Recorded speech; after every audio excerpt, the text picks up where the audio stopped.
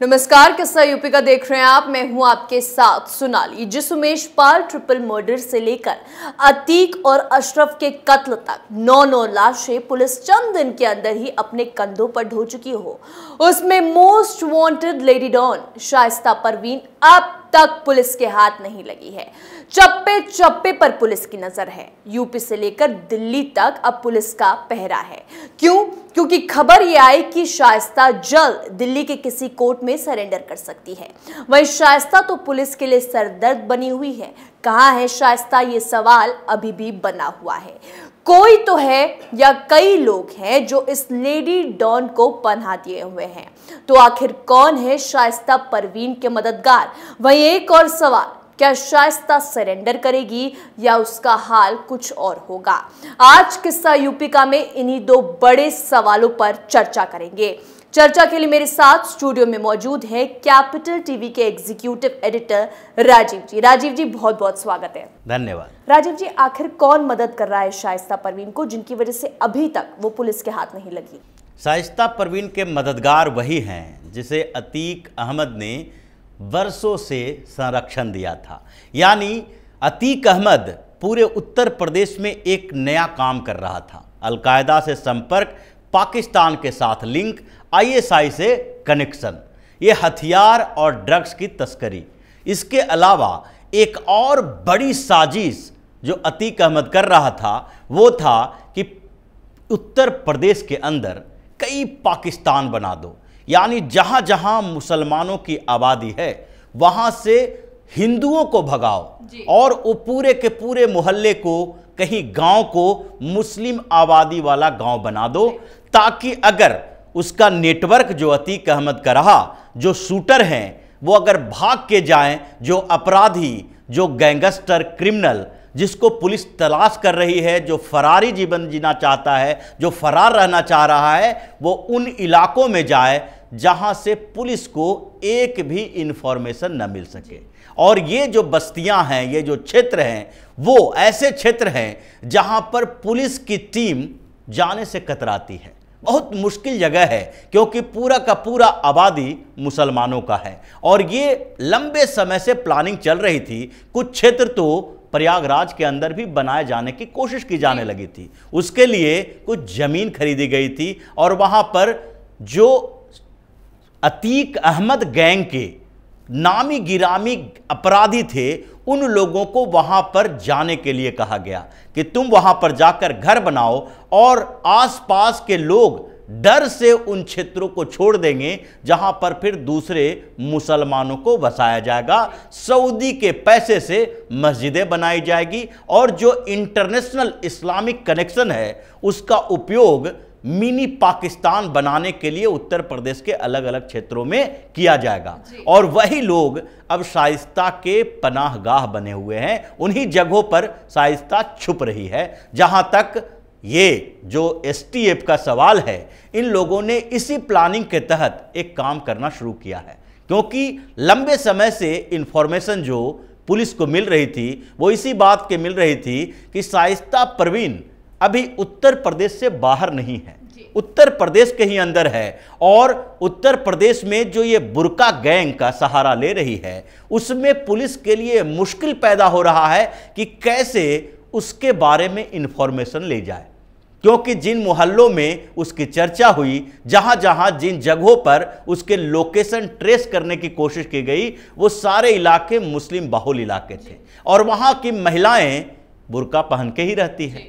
तो ऐसे में न कोई वहां से इंफॉर्मेशन दे पाए, न इन्फॉर्मर मिले और न ही वहां पर पुलिस वाले अपनी शादी वर्दी में भी जाने के लिए सोच सकते हैं ताकि वहां से इंफॉर्मेशन मिल सके। और इसी जो प्लानिंग है उसी पर पुलिस जो है काम कर रही थी। और एसटीएफ ने एक नया तरीका ढूंढा इसके लिए कि अब शाइस्ता परवीन को सरेंडर करने, पकड़ने की बहुत कवायद हो गई। अब जब तक उसके अंदर डर पैदा नहीं होगा तब तक वो सरेंडर नहीं करेगी, पकड़ी नहीं जाएगी। इसलिए अब एक पुलिस वालों ने ही, एसटीएफ ने नया तरीका इजाद किया है। जो एसटीएफ की टीम है वो महिला की टीम होगी और महिला पुलिस जो हैं पुलिस वाले वो सारे के सारे वही इनकाउंटर टीम से ही हैं। यानी महिला इनकाउंटर टीम एसटीएफ ने तैयार कर ली है और ये महिलाएं जो है उसी बुर्का गैंग में किसी न किसी तरीके से वहां जाने की तैयारी कर रही थी कि जहां जहां लोकेशन ट्रेस हो और जहां संभावनाएं हैं वहां जाकर रेकी करो। रेकी करने के लिए आपको बुर्का पहनना ही पड़ेगा। वहां जाके आसपास के लोगों से बात करो और कोशिश करो कि कहीं ना कहीं से यह इंफॉर्मेशन मिले कि जैनब और शाइस्ता कहां छुपी हुई है, और अगर शाइस्ता परवीन के आसपास दूसरे लोग हों, अतीक अहमद के उन गैंग के शूटर भी हों और गोली चलाए तो सीधे शाइस्ता परवीन के ही इनकाउंटर हो जाए तो कोई बड़ी बात नहीं है। क्योंकि इसकी जानकारी जब राजनीतिक गलियारों में चली और जो मुस्लिम संरक्षक लोग हैं, पॉलिटिशियन हैं, इन लोगों को जब लगने लगा कि एसटीएफ ने नई तैयारी शुरू कर दी है जिसमें शाइस्ता का भी इनकाउंटर हो सकता है, तभी ये लोग बिल से बाहर निकलने लगे। और जो 2-3 दिनों से लगातार उत्तर प्रदेश की पुलिस के ऊपर, योगी की सरकार के ऊपर प्रेशर बनाने की कोशिश की जा रही थी कि अतीक अहमद या अशरफ की तो हत्या हुई, उसके पहले असद और गुलाम मोहम्मद का इनकाउंटर किया गया, उससे पहले भी 2 शूटर का इनकाउंटर किया गया, लेकिन ये सब के सब मेल थे, मेल गैंगस्टर थे। अगर किसी महिला का इनकाउंटर होता है तो ये बड़ा बवाल मच जाएगा उत्तर प्रदेश में। और इसका जिक्र बार बार ये पॉलिटिकल पार्टी, जो विपक्षी पार्टियां हैं, उसके नेता कर रहे थे और कुछ मुस्लिम लीडर, उलेमा, मौलाना, ये सब जो टीवी डिबेट में भी आते हैं, वो अपनी बात इसी तरीके से रखने की कोशिश कर रहे थे कि ये तो एक उत्तर प्रदेश की सरकार है जो मुसलमानों को चुन चुनकर मार रही है, लेकिन वहां तक तो बात कम से कम छिप जाती है कि ये लोग गैंगस्टर हैं। और जहां तक शाइस्ता परवीन का सवाल है, उसके ऊपर पहले कोई भी मुकदमा दर्ज नहीं हुआ था। इन लोगों का तर्क यही है कि पहले कोई मुकदमा दर्ज नहीं हुआ था। उमेश पाल हत्याकांड में उसके ऊपर आरोप लगा है और वो आरोप अभी साबित नहीं हुआ है, क्योंकि कोर्ट में केस चलने के बाद हो सकता है कि शाइस्ता परवीन रिहा हो जाएं। तो ऐसे में उत्तर प्रदेश की जो सरकार है, पुलिस है, शाइस्ता परवीन को इस बेचैनी से क्यों ढूंढ रही है कि उसका इनकाउंटर किया जाए। और अगर किसी महिला का इनकाउंटर हो गया उत्तर प्रदेश के अंदर, और वो भी मुस्लिम महिला का, तो उत्तर प्रदेश में अराजकता फैल जाएगी, गृह युद्ध, सिविल वार की स्थिति आ जाएगी। राजीव जी, अतीक के मर्डर को लेकर ही इतना बवाल मचा, अगर किसी महिला का हो गया इनकाउंटर तो महिला सुरक्षा पर बात नहीं आ जाएगी? ये सुरक्षा की बात है क्या? महिला की सुरक्षा का मतलब महिला गैंगस्टर की सुरक्षा होनी चाहिए क्या? महिलाओं का मतलब यह होता है कि महिला सुरक्षा देने का मतलब है कि सामान्य महिलाओं की बात नहीं, बल्कि अपराधियों को सुरक्षा दे। अगर पुरुष के अधिकार, महिला अधिकार, मानवाधिकार, ये सारे अधिकार की बात करें तो वो अपराधियों के लिए नहीं होता है। जो बात यहां हो रही थी शाइस्ता परवीन के इनकाउंटर को लेकर, वो इसलिए हो रही थी कि महिला का जिक्र होते ही, मुस्लिम महिला का जिक्र होते ही उत्तर प्रदेश की सड़कों पर ये सारे के सारे मुस्लिम उतर आएंगे और ये सिविल वार की स्थिति हो जाएगी। ये उत्तर प्रदेश के मुख्यमंत्री योगी आदित्यनाथ को खुली चुनौती है। ये चुनौती दे रहे हैं, ये बता रहे हैं कि आपने मुसलमानों को टारगेट तो किया, लेकिन उस टारगेट करने में अब आप अगर शाइस्ता परवीन का या फिर किसी भी महिला जो अपराधी है उसका भी इनकाउंटर करते हैं तो हम लोग सड़कों पे आएंगे और गृह युद्ध की स्थिति पैदा कर देंगे। लेकिन इन प्रेशर का कोई असर होने वाला नहीं है, क्योंकि जो महिला एसटीएफ की टीम बनाई गई है उसको आदेश ही दिया गया है कि उन भीड़ के भीतर भी अगर कहीं से भी ये लगे कि शाइस्ता परवीन, जैनब आदि ये लोग जो हैं बुर्के के पीछे अगर पिस्टन छुपाए हैं और ये लोग असद की तरह पुलिस के ऊपर फायरिंग करते हैं, तो इनका भी इनकाउंटर करने के पहले ये मत सोचना कि राजनीति कैसे चल रही है, पॉलिटिक्स में प्रेशर कैसे हो रहा है, उत्तर प्रदेश की व्यवस्था में कैसे परिवर्तन होगा और यहां पर मुसलमान क्या करेंगे। क्योंकि अभी तक का जो रिकॉर्ड दिखाया गया है उस रिकॉर्ड में यही है कि उत्तर प्रदेश की सरकार, योगी आदित्यनाथ कभी भी पॉलिटिकल प्रेशर में नहीं आए।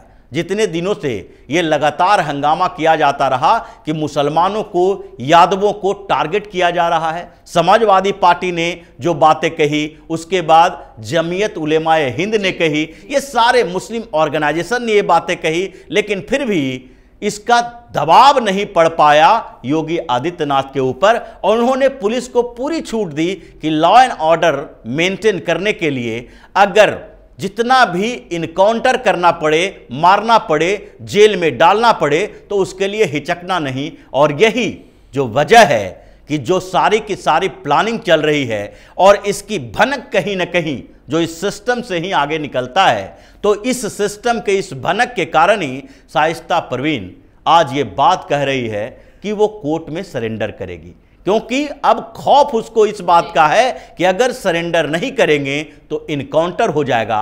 और इसी इनकाउंटर के डर से, महिला एसटीएफ की टीम के डर से शाइस्ता परवीन का नया जो आ रहा है, इंफॉर्मेशन दे रही है मीडिया के सामने या फिर दूसरे सोर्सेस से बता रही है कि अब कोर्ट के सामने वो कहीं ना कहीं सरेंडर करेगी। लेकिन यह बात भी सही है कि कोर्ट के सामने सरेंडर करने के लिए जो मीडिया में खबरें लीक हो रही है, जो बताया जा रहा है, उन जगहों का चुनाव नहीं करेगी। कहीं ना कहीं ये पुलिस को भटकाने की साजिश भी है। लेकिन अब जो तरीका अपनाया गया है उससे यह दिख रहा है कि शाइस्ता के अंदर खौफ समाया हुआ है और मौत का डर ऐसा है जिसके कारण वो अपने कुछ दिनों के भीतर देख चुकी है इस मंजर को और अब वो सरेंडर करने की तैयारी इसी वजह से कर रही है। बहुत बहुत धन्यवाद राजीव जी बातचीत के लिए। धन्यवाद। जी हाँ, तो देखा आपने, कुछ लोगों के सहारे अब भी शाइस्ता परवीन छुपी हुई है, कुछ लोग अब भी शाइस्ता को छुपाए हुए हैं। इनमें से कई अतीक के करीबी हैं, लेकिन शाइस्ता